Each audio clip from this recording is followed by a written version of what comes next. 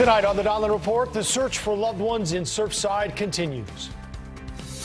Those first responders are breaking their back, trying to find anybody they can, and they are going to continue to do that. They are working throughout inclement weather. They're working as hard as they ever have, but they are able to make headway even in the face of all of those obstacles. We are live on the ground from Surfside, Florida with the latest. And a mental health crisis for teenagers, what prompted one state to issue a state of emergency with suicide attempts on the rise. The Donlon Report starts right now.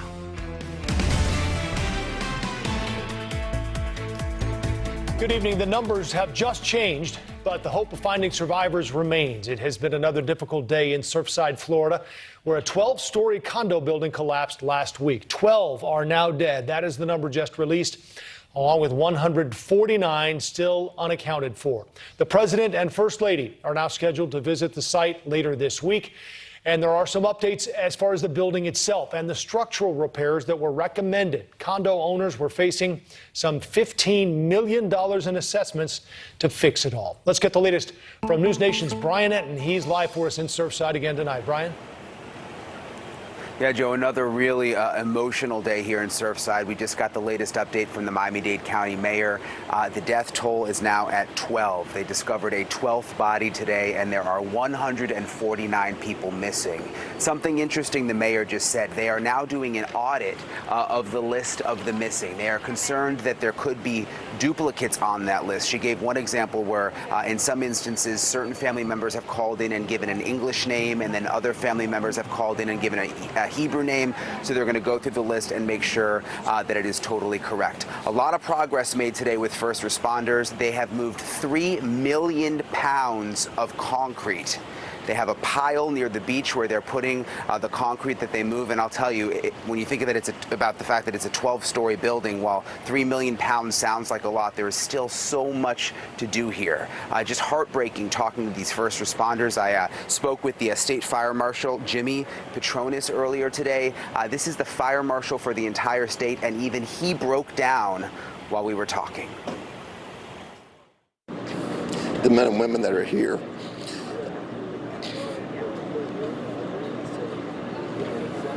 my hometown's Panama City. So the task forces that are deployed here were the same task forces that came to my hometown just less than 2 years ago. So to be here with them in a different type of response, I'm just like their biggest cheerleader.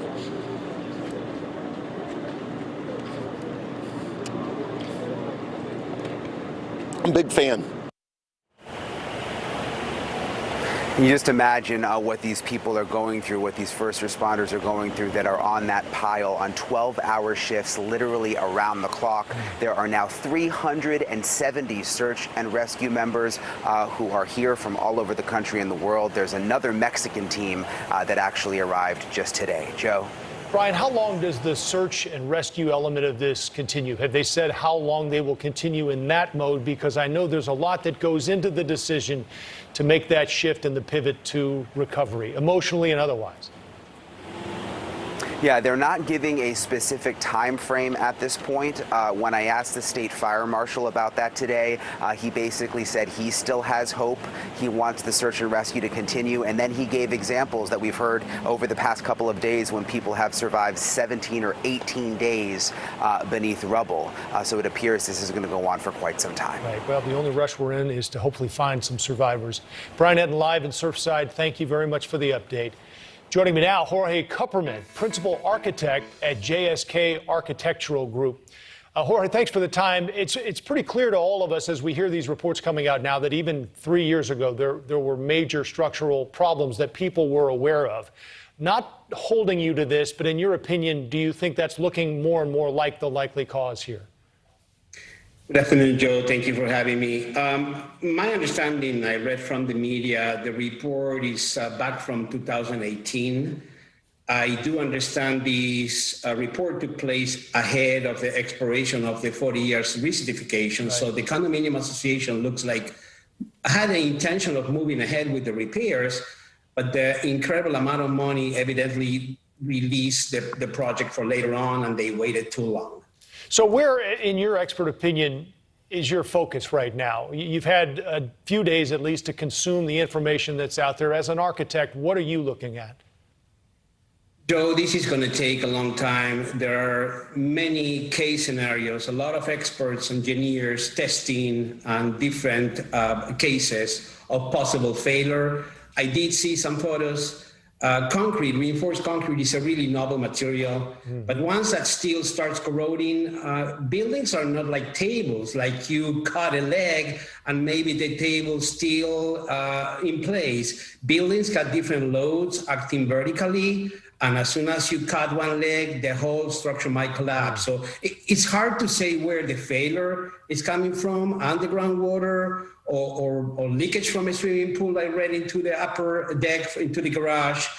I don't really know exactly. There is several different reasons that could have taken place in here. What have we learned, Jorge, from the building next door?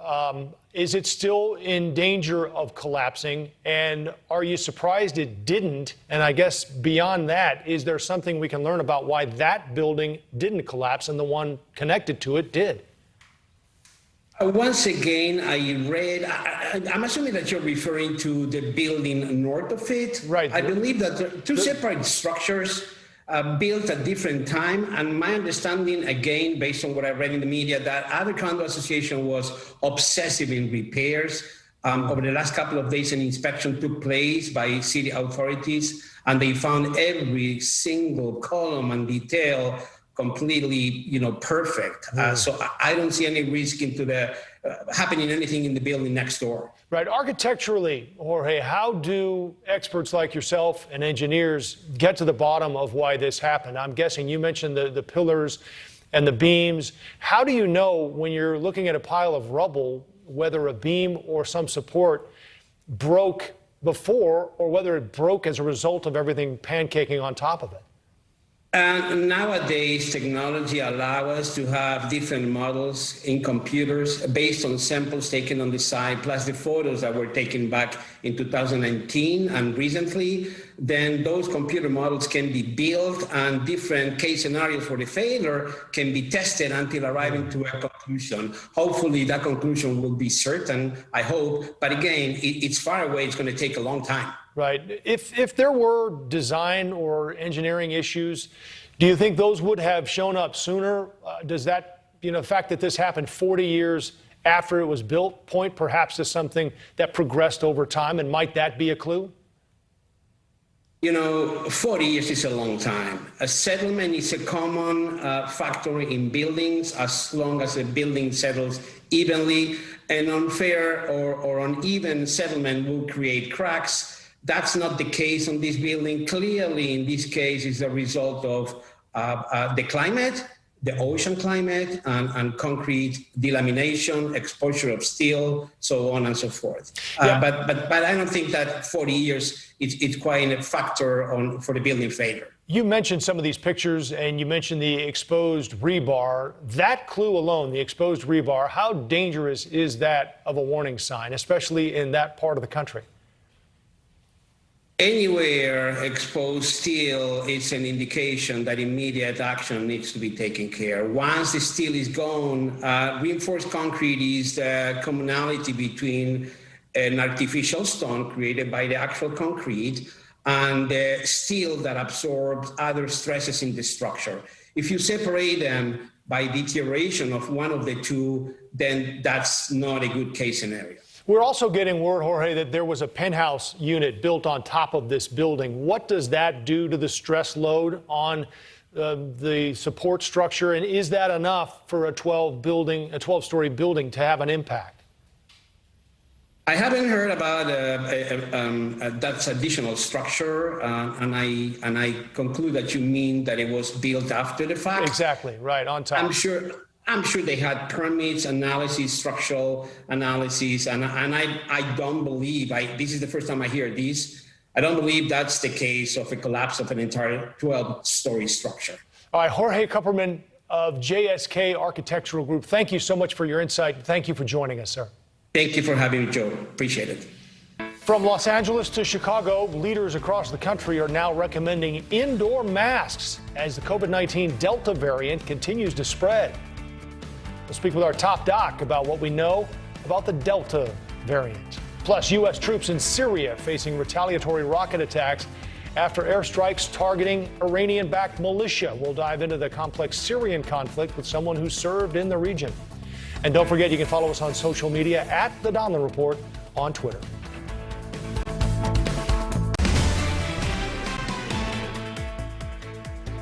Lockdowns and other coronavirus restrictions are being reinstated around the world now in response to the rise of the highly contagious Delta variant. In Australia, several cities have been put into strict lockdowns in response to outbreaks of that variant. And in Malaysia, the nationwide stay-at-home order has now been extended indefinitely.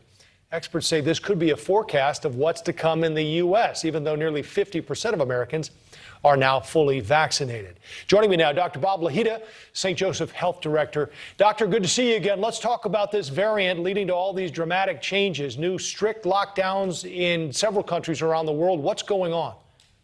Well, this is a variant of the COVID virus that we know of from India. It's called the Delta variant, and now there's a Delta plus variant, which is supposed to be more infective, supposed to involve the pulmonary system, which is the lungs, more commonly than other parts of the body, causing respiratory or lung failure very commonly, Joe. And this is a problem. If it is truly more transmissible, it means that people who are not vaccinated run the risk of being easily infected with this variant. Now, admittedly, we've got 50% of us that are vaccinated. That's a good thing. And the numbers have plummeted to less than 300 cases or 300 deaths, rather, per day. Less than that. Right. So these are good. This is good news, Joe. Yeah, there were less than 100 yesterday when I checked, and that was the first time I had seen that number of deaths below 100. Yes. So the vaccine then, as we know it, at least Pfizer and Moderna, are effective against this variant, correct? That's correct. The two double shot viruses, Moderna and Pfizer, and we think that the J&J is also effective, perhaps not as robust as the other two-shot vaccines are, but they are all going to make sure that you don't die, and you probably won't wind up in my intensive care unit on a respirator. Right. That's the most important thing to think about. And around the world, these countries that are having to reinstate these restrictions and shutdowns and lockdowns are not as vaccinated. I was surprised. I think I saw in Australia, it's fewer than 5% are vaccinated there. Yes, and we've got to realize that we in America have really a good deal. We had this vaccine come to us right off the bat, rapidly developed, rapidly distributed as a result of leadership in Washington. And, to have over 50% of our population vaccinated, I mean, I think the president wants there to be upwards of 68 to 70% right. by July 4th. I don't think that's going to happen. But nevertheless, we really are fortuitous. Africa, less than 1%. Australia, as you said, probably 5% or less. Very, very low numbers. And consequently, the variant is taking hold. We had an outbreak, Doctor, at an Illinois summer camp.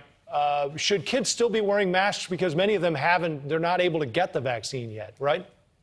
Right. I don't think kids should be wearing masks, especially if they're outdoors. I think based on the fact that we haven't reached what's called herd immunity yet, but among children, the incidence, the infectivity is so low. And when kids get this virus, it's just like a mild cold to them for the most part. There are, of course, exceptions to everything, Joe, but for the most part, I wouldn't worry if the children are outdoors. I would worry about the camp counselors, however, the adults, and make sure that they're vaccinated. And if they're not vaccinated, I don't think they should be working at the camp. Doctor, we do want to get you on this new Alzheimer's treatment before we let you go. It's been, you would think, a very positive development, but it's been quite controversial.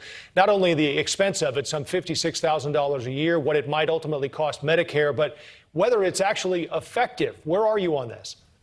Well, I've been reading the data. I'm really torn here. I know how the FDA works, and apparently the people on the advisory committee are so upset over this drug, this new drug called Aduhelm, which is a monoclonal antibody, a specific antibody targeted towards amyloid, which is commonly seen in the brains, not of all Alzheimer's, but many Alzheimer's patients.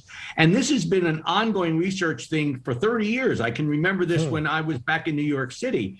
And I have to tell you that right now there are so many outspoken neurologists against this drug saying that we will not see it work. It's not going to do its job, and yet it's extremely expensive.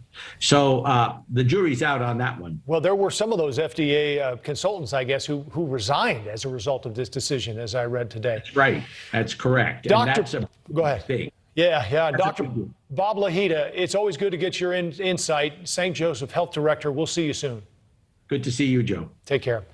Former President Donald Trump set to meet with GOP lawmakers at the southern border tomorrow. Who's going and what they're expected to say about the border crisis. Plus, scores of U.S. diplomats and intelligence operatives have reported experiencing sudden headaches, vertigo, hearing loss.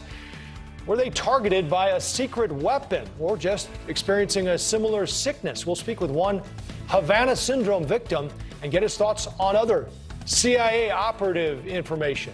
That's ahead.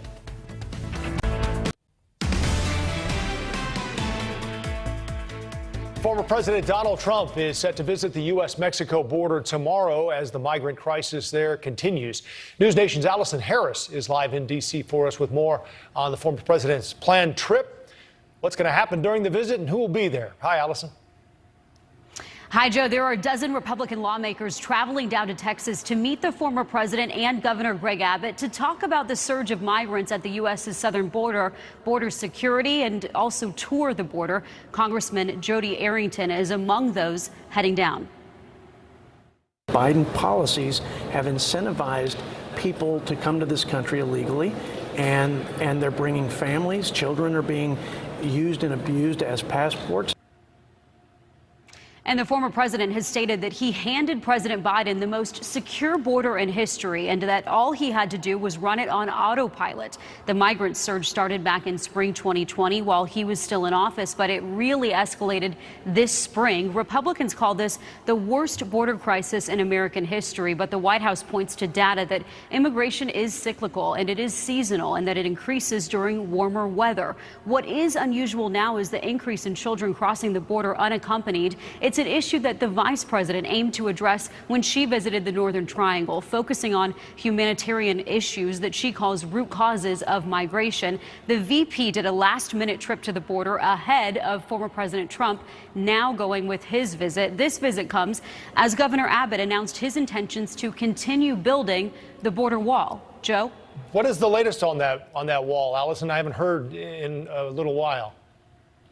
So the governor has said that he's going to pledge $250 million in state funds to build this border wall. He's also soliciting donations to build the rest of it. The latest reporting indicates that nearly $500,000 has been donated. Now, Texas Democrats in Congress are asking Treasury Secretary Janet Yellen to block the state and stop the governor from using state funds, which would be funds from the American Rescue Plan, COVID relief funds, to build this wall, saying that it would be a misuse of those funds. Joe? Well, we'll see what happens tomorrow. Allison, thank you very much. Live for us in Washington tonight.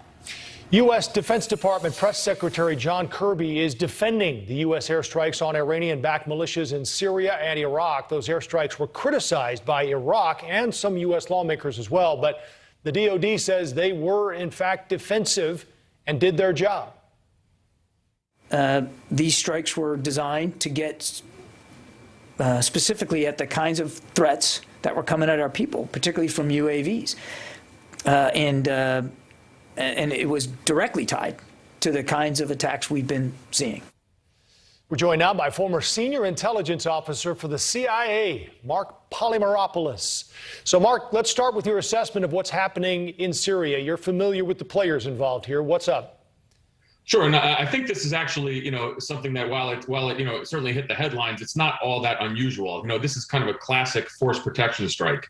The United States, has the right to do this. The president does certainly as well, because our troops were at risk from what are called drone strikes against our bases, in Baghdad and Erbil in northern Iraq. So to me, this was, it was a legitimate action. I think it got a lot of attention, first and foremost, because, President Biden has not taken, military action to the extent that we've seen in previous administrations.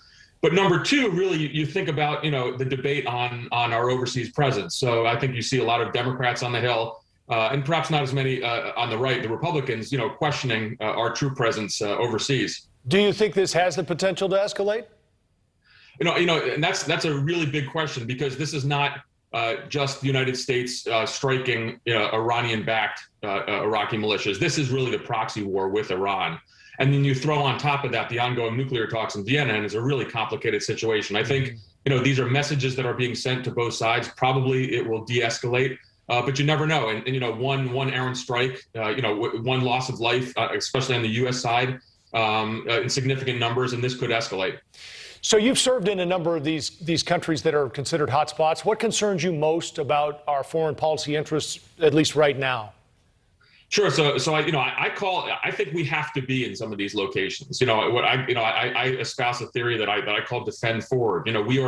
We have to have a forward presence. Retreating back to our borders is not smart. And we've seen, for example, when we withdrew prematurely from Iraq, and of course after the Soviet invasion of Afghanistan in the 1990s, what happened there. Ungoverned spaces really allow terrorist groups to grow like weeds. So we have to have forward presence, and it's just really going to be a debate on the numbers. Certainly we're not going to ever have 50,000 plus troops in these areas, but small residual forces, that to me makes some sense. Where do you think we should be that we aren't? Where are our intelligence blind spots? Sure. So first of all, I think the Afghan withdrawal, the full withdrawal, is premature, and I wish we did leave a residual force. But I look to areas such as Africa, where there is a definite growing terrorist presence, and frankly, the United States is losing interest there. And so, the Sahel region, there are certain areas where the Islamic State and its offshoots are certainly growing, and I really worry about that. And again, the job of the United States, is overseas. It's forward looking, and so I think we have to be in these places. And in some instances now we're not. You spent some time in Russia, and that allows us to pivot to the next topic, which is the Havana syndrome, this mysterious illness we've heard so much about. It happened to you December 2017. You're in a Moscow hotel. What happened? So I woke up in the middle of the night on a regular routine trip to Moscow, and I had an incredible case of vertigo, tinnitus, which is ringing in my ears, and a really severe headache. And it was, I'd spent a lot of time in Iraq and Afghanistan, as you noted before, and this changed my life. I've had a headache for 3 years, and I had to retire ultimately in July of 2019. And so ultimately, it's a pretty serious issue. Number one, American officials are getting afflicted by this, and number two, some foreign adversary is doing it, and I think that the intelligence community and the Defense Department are doing everything possible to find out who's behind it. You say at first, and you still haven't recovered from this. You're still having headaches to this day, correct? Yeah. Okay. It's been 3 years. That's been it's a long journey. You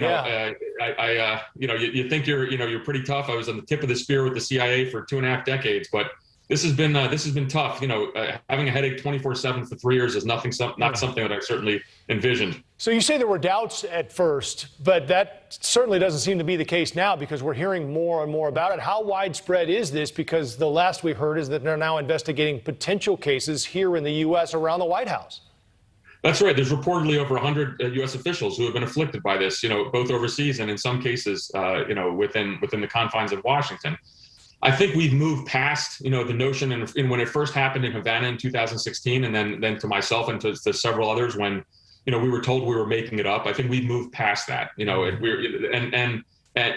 have a new CIA director in Bill Burns, who has pledged not only health care for the officers, but he believes this is real, and he believes he needs to get to the bottom of it. And so I think we've come a long way, but make no mistake, we still have to have adequate health care for officers, and we still have to have a full court press to find out who's doing this. In my view, I talk about it all the time. It's an act of war against U.S. officials. Right. Well, that's about what it's looking like now as we continue to investigate more cases. Former senior intelligence officer for the CIA and author of the book you see there, Clarity in Crisis. We'll talk about leadership the next time we talk to you. How about that? Thanks so much. Love to come back. All right, Mark, take care. Thank you.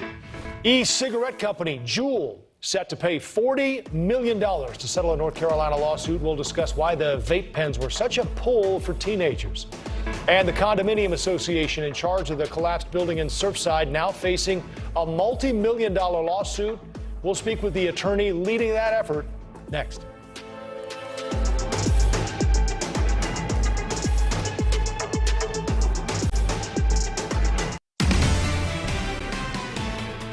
our detectives are working around the clock to get in touch with all of those who've been identified. This is a slow and methodical process, so we ask you to be patient as we continue this audit. Hopes sadly starting to dim for finding survivors at the building collapse near Miami. As we learn more about concerns now raised long before that building collapsed. News Nation's Rudabeh Shabazi live for us tonight in Surfside, Florida. Rudabeh? Joe, you know, there were warning signs. Nothing has officially been determined yet, but we know about that 2018 report warning of structural damage. We know that there was another letter that went from the condo board to the residents, basically saying, urging them to pay the $50 million assessment. But if you think about how expensive that is for a typical condo owner, that can be $175,000 up to $300,000. So that's a lot of money for them to pay. And the picture we're getting is that the can was being kicked down the road for these repairs. So I did talk to one survivor today. He narrowly escaped. He woke up in the middle of the night. He said he thought maybe this was a 1 in 100 year earthquake in Florida. He's heard shaking. He heard loud noises. He tried to get out of his front door. It was completely obstructed.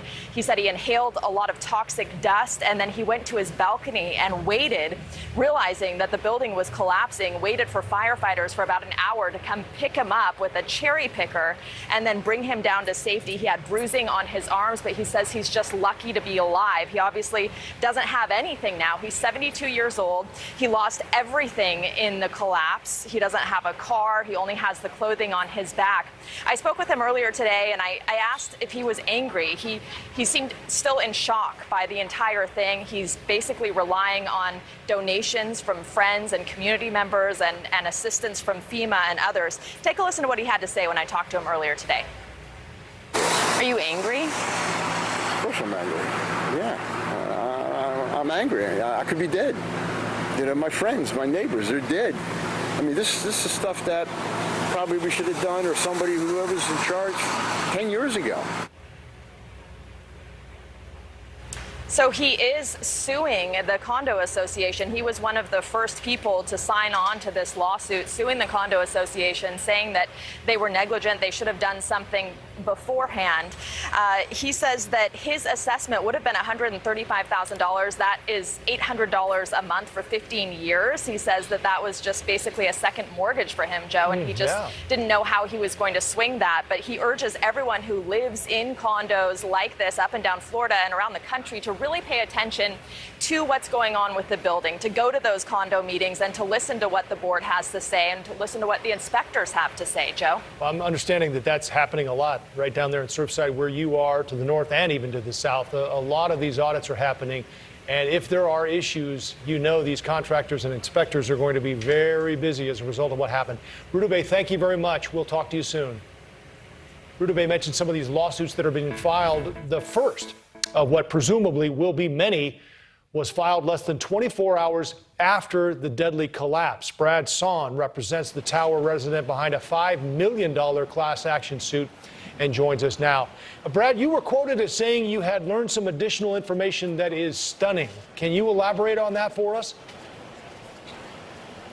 Well, at this point, Joe, and thank you for having me on, I'm not 100% sure what that quote, the time frame on that quote, but we just continue to be overwhelmed with what appears to be a really breathtakingly frightening realization, which is there was a lot that people knew long before Thursday morning at 1:30 a.m. Like what? Give us some of these examples. To seek answers. Well, I mean, look at the letter that was sent that from April of this past year from the association. I mean, actually making it clear that there were very significant problems. Obviously the Morabito report, which is the engineering report as well. It was I think in the hands of a lot of different people who could have made a difference. And part of the reason why I think it's important that we were able to get in suit right away, we've actually already issued subpoenas and written discovery to the association, but then subpoenas also to Morabito, the engineering firm, a number of other entities as well, and we can really begin fighting for our clients and getting answers as to exactly what people knew and when. Right. I was going to ask because I'm sure people watching are wondering how you can file a lawsuit like this 22 hours after the building collapsed when no one really knows what happened. Well, I think that's a really fair question, and I'm glad you asked it. Filing a lawsuit requires a good faith basis to allege what you alleged. And we had a lot of really talented lawyers and investigative people who were receiving information and vetting it as that day went on. It does not require, when you file a lawsuit, that you actually be able to fully prove the case. And in fact, you really never know what you're going to learn in discovery until you learn it. But what happened, and I was quite stunned actually, I had been told by a close friend of mine that the collapse had occurred and was just sort of processing it as I was taking my children to camp.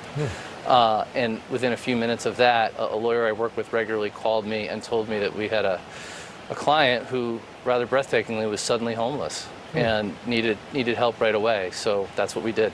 It's a class action lawsuit, Brad, and it's asking for, as I understand it, $5 million. And that's another thing I wondered about because that doesn't seem, relatively speaking, like a lot of money. Can that number move one way or the other once this gets going, and how would it be distributed?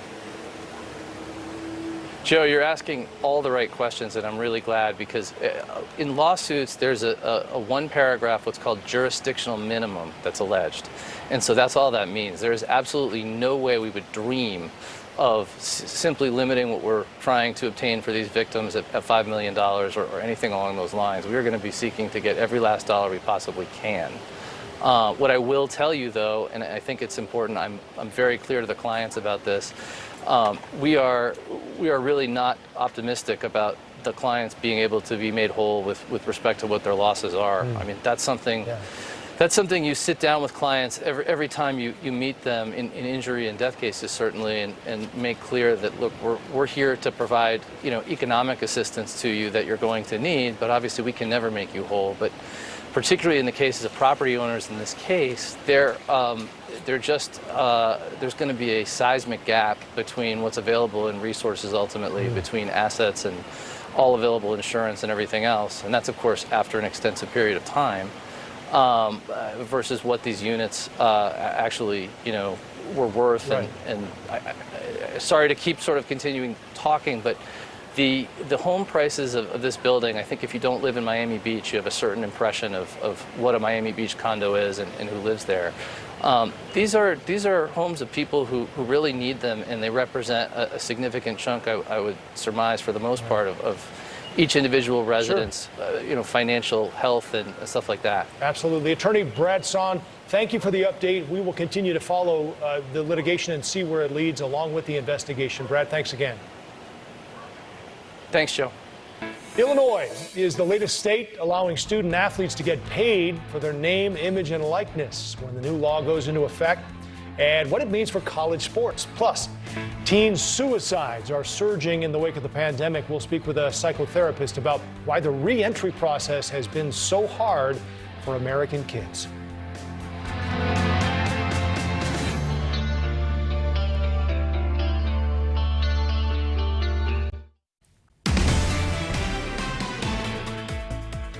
E-cigarette company Juul Labs has reached a settlement in the North Carolina vaping case, the first in a number of lawsuits the company is facing, brought by states claiming their marketing practices fueled nicotine addiction in young people.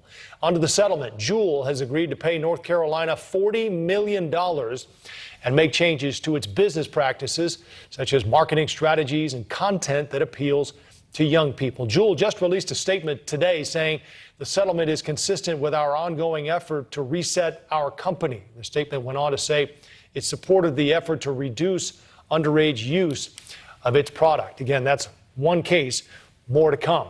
Joining me now, Dr. Robbie Ludwig, psychotherapist, author, and TV commentator. Doctor, what are you seeing with e-cigarettes in teenagers? How big a problem is this, and what are the dangers? Well, it's a huge problem because these companies marketed to young kids and they targeted them basically, and they made the product look modern and fashionable and not lethal.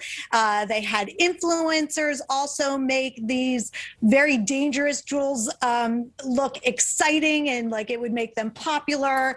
So it's unfortunate, and in addition to all of that, also made it look colorful like candy.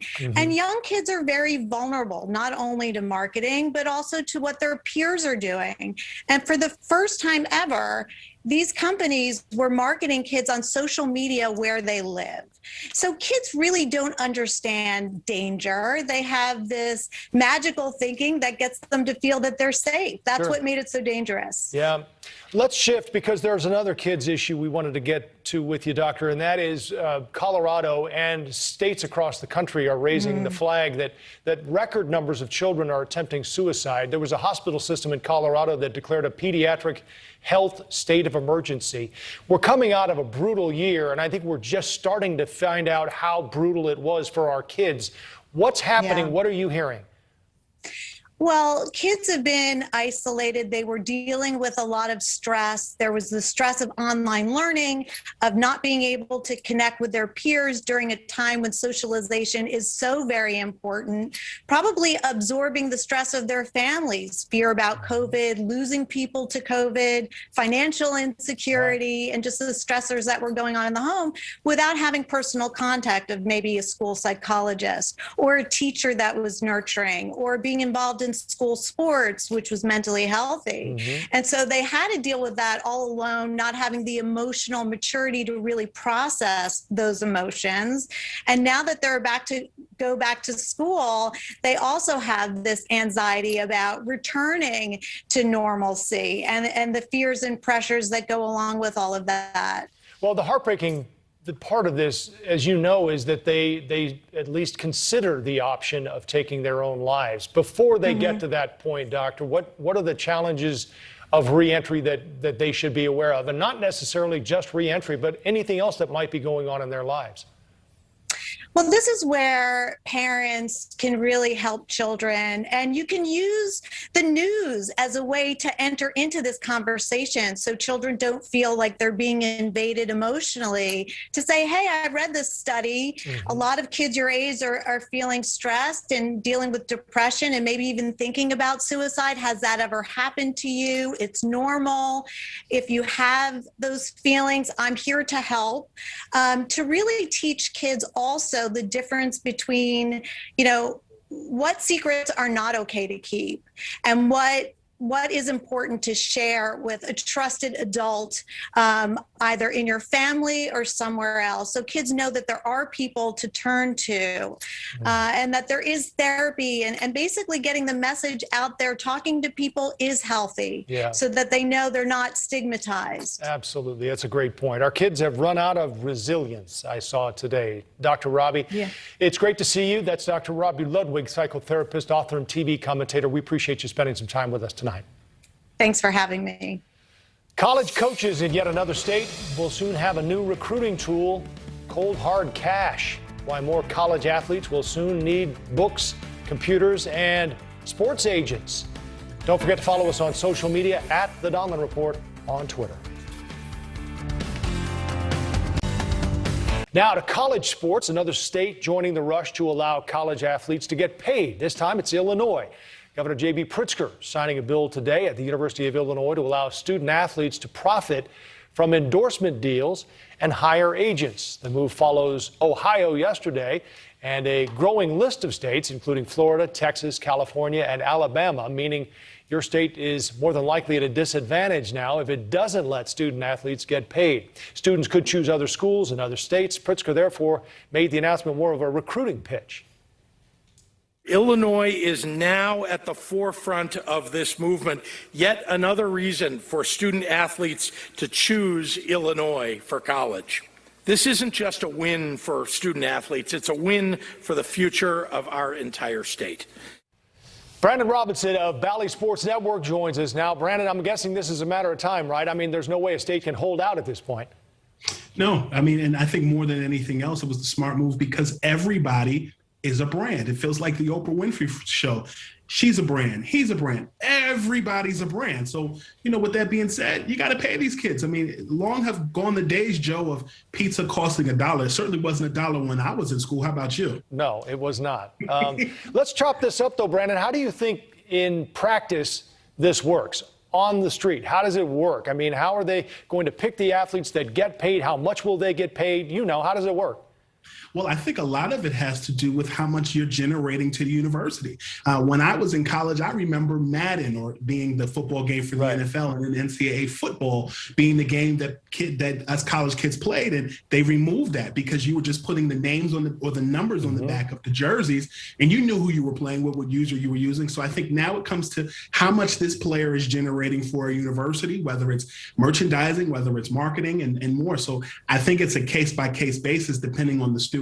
Do you think this impacts recruiting, though, Brandon, where you see schools who will say, hey, listen, come and play for us, and we'll get you this endorsement deal with, you know, Bob's Auto Shop down the street or whatever? You know, they start using bigger schools, these deals, to try to get the best athletes to their school.